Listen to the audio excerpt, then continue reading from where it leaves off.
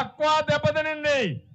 మళ్ళీ హామీ ఇస్తున్నా, రైతుకు న్యాయం చేయడం కోసం పామాయిల్ ని ప్రోత్సహిస్తాం, సబ్సిడీలు ఇస్తాం.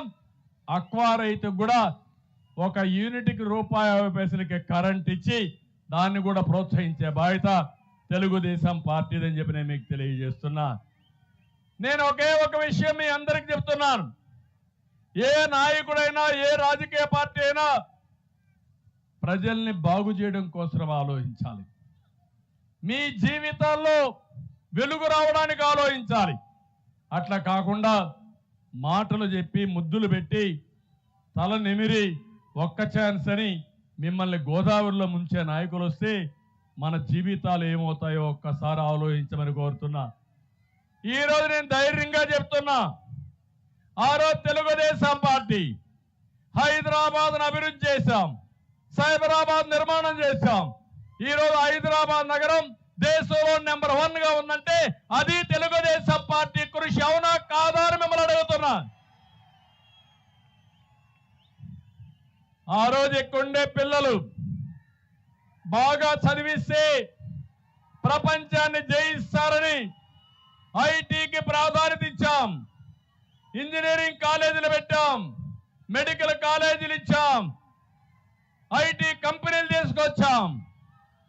ఈరోజు నేను గర్వంగా చెప్తున్నా, ప్రపంచంలో ఏ దేశానికి పోయినా మన వాళ్ళు అక్కడ ఉంటారు. మొన్న కష్టం వస్తే 80-90 దేశాల్లో నాకు సపోర్ట్ చేస్తూ నిరసన తెలియజేశారంటే అది తెలుగుదేశం పార్టీ తెలుగు జాతికి ఇచ్చిన వరం. ప్రపంచాన్ని జయించే శక్తి మా యువతకుంది. వాళ్ళని ప్రోత్సహిస్తే ఏమైనా చేస్తారు.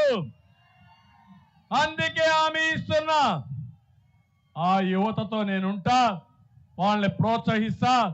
మళ్ళీ చెప్తున్నా, దీనికోసమే ఈరోజు సూపర్ 6 అనే కార్యక్రమాన్ని ప్రవేశపెట్టాం.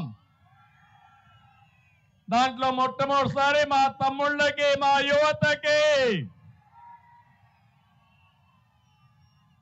ఒకటే హామీ ఇస్తున్నా, సంవత్సరానికి 4 లక్షల ఉద్యోగాలు, 5 ఏళ్లలో 20 లక్షల ఉద్యోగాలు ఇచ్చే బాధ్యత మేము తీసుకుంటాం. సిద్ధమా తమ్ముళ్ళు అని మిమ్మల్ని అడుగుతున్నా. జాబ్ క్యాలెండర్ ఉందా? ఉద్యోగం వచ్చిందా? ఇచ్చాడు ఉద్యోగం. ఎక్కడా? నేను ఐటీ ఉద్యోగాలు ఇస్తే వాలంటీర్ ఉద్యోగం, నేను గవర్నమెంట్ లో ఉద్యోగాలు ఇస్తే ఎక్కడ? సారా అంగడిలో, మద్యం కొట్లో ఉద్యోగం, ఫిష్ మార్ట్ లో